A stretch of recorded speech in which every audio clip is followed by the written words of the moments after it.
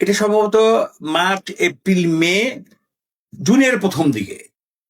তো প্রথম অপারেশন কাজী সালাউদ্দিন গ্রুপের, সেখানে আমাদের নফিল ভাই, উনি ওটা ডেপুটি কমান্ডার ছিলেন।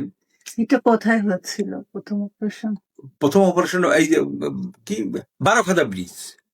বারোখাদা ব্রিজটা হচ্ছে হলো ফরিদপুর থেকে গোয়ালন্দ যাওয়ার পথে।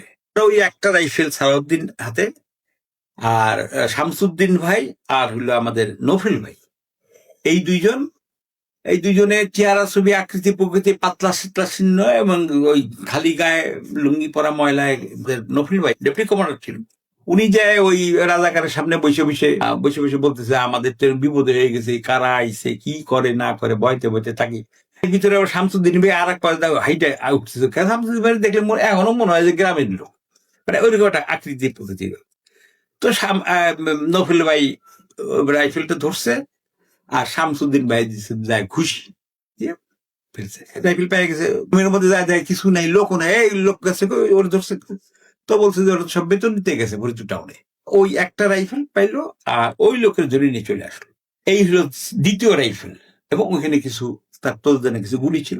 আমি কখনো এই অপারেশন গুলিতে আমি ছিলাম না, কিন্তু আমি জানতাম বিভিন্ন জায়গায় আমাদের ক্যাম্প ছিল। ক্যাম্পগুলি কিরকম ছিল, যেমন লালের মোড়ে লালের বাড়িটা ছিল আমাদের একটা ক্যাম্প। বায়তুল্লাহ মানে ইমাম মিয়া, মাখন মিয়া, ওদের এক বাড়িতে একটা ক্যাম্প ছিল। তারপর ডাক্তার জাহিদ, ওনার বাড়িও খুব কাছে ছিল। ডাক্তার জাহিদ সাহেবের সঙ্গে যোগাযোগ ছিল সালাউদ্দিনের। তারপরে চরকুনাপুরে ওইখানে মাজদুর রহমানের বাড়ি, উনি, ওনার মা আমার বোন হইতো, চাস্তো বোন, তারাবুজির বাড়ি একটা ক্যাম্প ছিল। সেখানে বাদল মামা, উনি কিছুদিন আগে মারা গেছেন, উনিও আমাদের এই যুদ্ধের বিভিন্ন জায়গায়, উনি আমাদের বিভিন্ন ভাবে, মানে মুক্তিযুদ্ধ আসলে ব্যাপারটা শুধু অস্ত্র নিয়েই যুদ্ধ করলেই কিন্তু করা যায় নাই। এই জোগাড় যন্ত্র করতেও আমাদের অনেক কষ্ট করতেছে। তারপরে এইখানে চুনাঘাটায় আমাদের শামু ফকির ভাই, ওনার বাড়িতেও আমাদের একটা ক্যাম্প ছিল। এইভাবে ফরিদপুর টাউনের আশেপাশে অনেকগুলি ক্যাম্প ছিল। আপনি কি? আমি তখন ফরিদপুরে আমার বাসায় থাকতাম। আমার দায়িত্ব দেওয়া হয়েছিল, তুমি বাসা ছেড়ে যাবা না। 1, 2 নম্বর হলো এই যে ক্যাম্পগুলি আছে, এই ক্যাম্পগুলিতে আমাদের মুক্তিযোদ্ধারা মাঝে মধ্যে আসতো, কেউ উইন্ডেড হয়ে আসতো। তারপরে এদের জন্য বিভিন্ন জিনিস, জামা কাপড়, খাবার, ওষুধপত্র এগুলি দেওয়া লাগতো।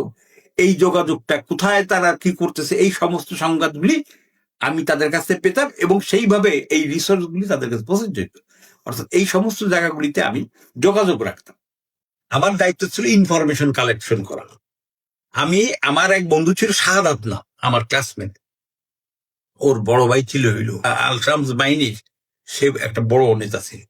আমি ওর সঙ্গে এই আর্মি ক্যাম্পেও ঘুরছি, আর্মিদের সঙ্গে বসে গল্প করতে পারতাম। কি জন্য? কিন্তু আমার বাড়িতে আর্মি শিক্ষা হইতো, উর্দু শিখছি স্কুল থেকে, আমার আত্মীয় স্বজন আর্মি অফিসার ছিল, কিন্তু আমি উর্দুতে মোটামুটি ভাবে বোঝানোর মতন কথাবার্তা বলতে পারতাম। এইভাবে আমি ফরিদপুর টাউনে এই কাজগুলি করতাম। যেমন ফরিদপুর টাউনে আমাদের আরো অনেকেই কাজ করতো, যেমন রইস, ওর বাসা ছিল লালের মোড়ের বাড়ির পাশে, লাল সাহেবের বাতিজা, আপন বাতিজা। আমাদের ইমামউদ্দিন সাহেব ছিলেন তখন এমপি, ওনার হলো একই গোষ্ঠীর মানুষ না। রইস, এখানে বাদল মামা, এখানে আমি, তারপর এইখানে ছিল হইলো ইমাম মাখন বায়তুল মানের, ওনার ছেলে খলিল মামা ছিল। আমার আর এক বন্ধু ছিল হাই স্কুলে পড়তো, খলিল, সেও আমাদের এই মুক্তিযুদ্ধ ছিল। যুদ্ধকালীন সময় আপনার কমান্ডার কে ছিল? আমার যুদ্ধকালীন কমান্ডার ছিল আমার কাজী সালাউদ্দিন। সে, তার কাছ থেকে যুদ্ধ শুরু হওয়ার থেকে একদম শেষ দিন পর্যন্ত তার কমান্ডার ছিলাম ফরিদপুর টাউনে। ফরিদপুরে কাজী সালাউদ্দিনের একটা গ্রুপ ছিল, এবং তার সহযোদ্ধাদের মধ্যে যিনি ডেপুটি কমান্ডার ছিলেন তার নাম মেজবউদ্দিন আহমেদ নফেল। আর তার সহযোদ্ধারা যারা, যেরকম শামসুদ্দিন ভাই, শামু ফকির, ভোলা মাস্টার, তারপরে যে আমাদের জয়নাল স্যার, ওনার অর্গানাইজার ছিল, ভোলা মাস্টার অর্গানাইজার ছিল। মানে এই যুদ্ধটা করতে গেলে বিভিন্ন ভাবেই একটা সংগঠন তৈরি করতে হয়েছে, যেটা অনেক অনেক কষ্ট করেই কিন্তু সবাইকে এই কাজগুলি করে আসতে হয়েছে, এবং দায়িত্ব নিয়ে এবং রিস্ক নিয়ে।